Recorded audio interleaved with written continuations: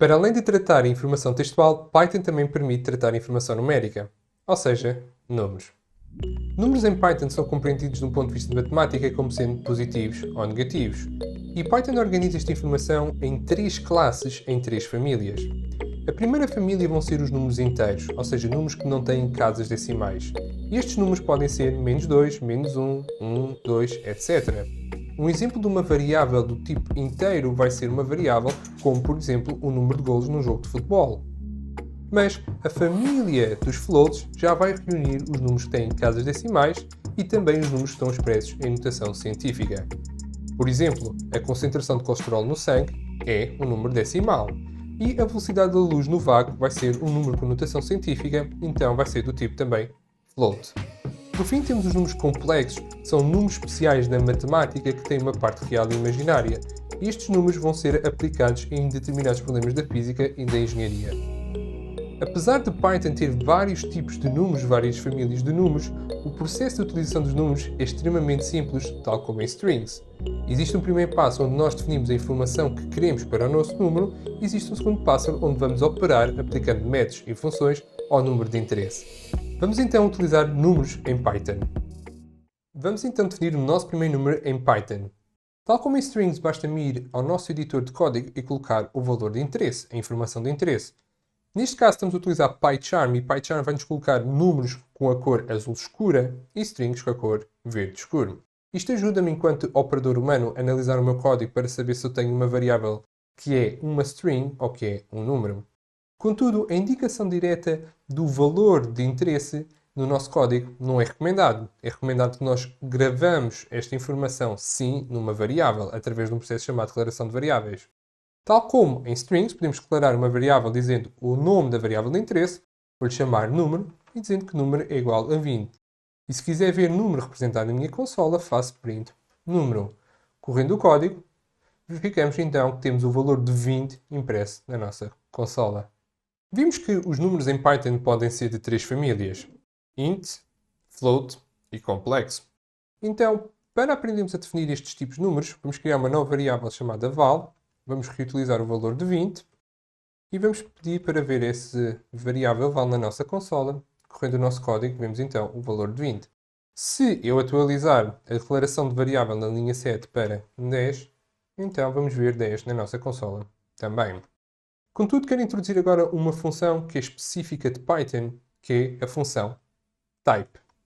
Type é uma função que me permite avaliar o tipo da variável que eu estou a trabalhar. E até neste momento, neste curso, nós aprendemos que existem 4 tipos de variáveis, pelo menos. Variáveis do tipo string, variáveis do tipo int, números inteiros, variáveis do tipo float, números floats, e variáveis do tipo complex, números complexos. Para aplicar a variável type, vamos criar uma nova variável, chamei-lhe de tipo, e vou dizer que tipo é a função type aplicada, a parênteses, fecha parênteses, em que eu vou avaliar a variável val, a minha variável de interesse.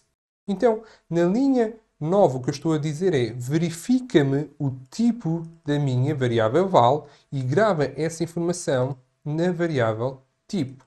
Para ver a minha variável tipo na consola, faço print tipo.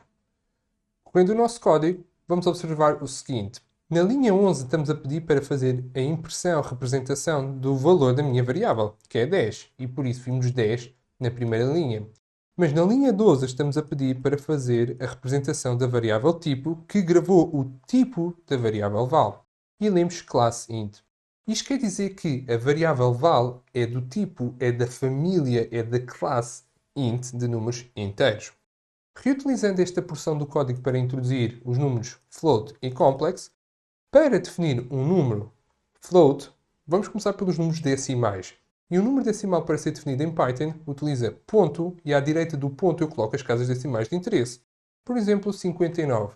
Então, na linha 7, o valor da variável val é agora 10,59. Já não vai ser um valor inteiro, vai ser um valor decimal, por isso a classe, a família, vai ser float. Correndo o nosso código, vemos então 10,59 na primeira linha e agora sim a nossa classe é do tipo float. Float também está associado à designação de números em notação científica. Por exemplo, a velocidade da luz é 3 vezes 10 elevado a 8 metros por segundo. Para representar o número em notação científica em Python, coloco, por exemplo, 3. O expoente a base 10, coloco E de expoente 8. Então, 3 é 8 e significa que é 3 vezes 10 elevado a 8. Correndo o nosso código, vemos o valor da nossa variável e vemos também que ela é do tipo float. Posso utilizar um E minúsculo ou um E maiúsculo para a notação científica em Python e obtenho os mesmos resultados. Por fim, em números complexos, apesar de números complexos não serem um tipo de números que vamos trabalhar muito neste curso, eles têm uma parte real e imaginária e vamos deixar aqui a designação como é que podemos defini-los em Python.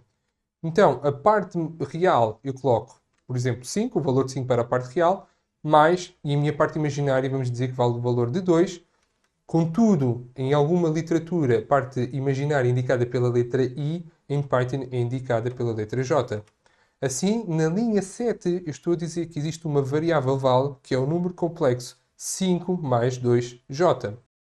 Então, estou à espera que na linha 9 esta variável seja agora do tipo complexo. Correndo o nosso código, vemos que temos 5 mais 2j como o valor da minha variável val e temos o tipo complexo para a minha variável.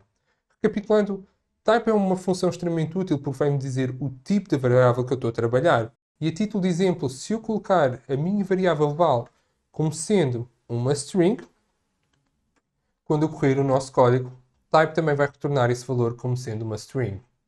No final desta videoaula, quero reforçar um ponto que dá muitos erros a jovens programadores e até às vezes no nível intermédio, que é o seguinte: uma string não é um número e um número não é uma string. Apesar de existirem métodos e funções que se aplicam a strings e números, os resultados podem ser completamente diferentes e daí os problemas que os jovens programadores têm. Vamos a um exemplo para perceber esta causa.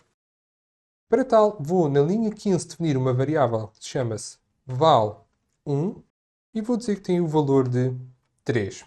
E vou definir na linha abaixo val2 que tem o valor de uma string que tem o caractere 3. Vou fazer resultado, que é uma variável em que vai fazer val1 a multiplicar pelo valor de 2. E queremos ver aqui o print de resultado na nossa consola. Recapitulando, tem duas variáveis definidas. Uma vai ser um número inteiro, outra é uma string. Estou a fazer uma operação de multiplicação de val1 por 2. Eu sei que vai ser 3 vezes 2. Então, quando eu correr o nosso código, eu vou verificar que tem 6. Porquê? Porque 3 vezes 2 é 6.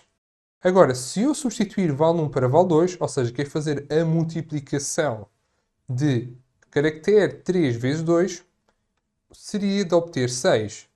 Mas não, vou ter 33. Porquê? Porque a operação com o asterisco multiplicação representa um conceito em números que é diferente de strings. E daí ser bastante importante identificar se eu tenho números em strings para saber qual vai ser o resultado das nossas operações sobre as variáveis de interesse.